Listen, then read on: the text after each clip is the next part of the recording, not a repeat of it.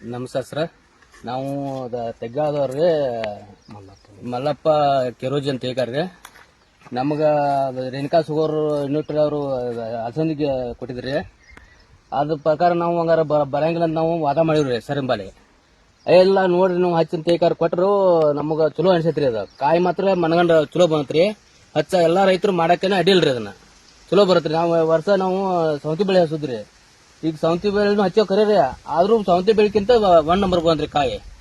But ಅದೇನ ಕುಡಿ ಪಡಿ ಏನ್ ಸಗಂಗಿಲ್ರಿ. ಕಾಯಿ ಮಾತ್ರ ಚಲೋ ಆಕತ್ರಿ. ಅದ ಮಾಸ್ತೈತ್ರಿ ಅಲ್ಸಂದ್ರಿ. ಕಳೆದದು ಏನ್ರಿ ನಿಮ್ಗೆ ಸಮಸ್ಯೆ ಬಗ್ಗೆ? ಕಳೆದ್ರಿ ಮತ್ತೆ ಒಂದ್ ಸ್ವಲ್ಪ ಒಂದು ಕಳೆ ತಕೋಬೇಕಾಗತ್ರಿ. ಯಾಕಂದ್ರೆ ರಾಸಾಯನಿಕ ಕೆಮಿಕಲ್ ಹೊಡ್ಯಾಕ್ ಬರಂಗಿಲ್ರಿ.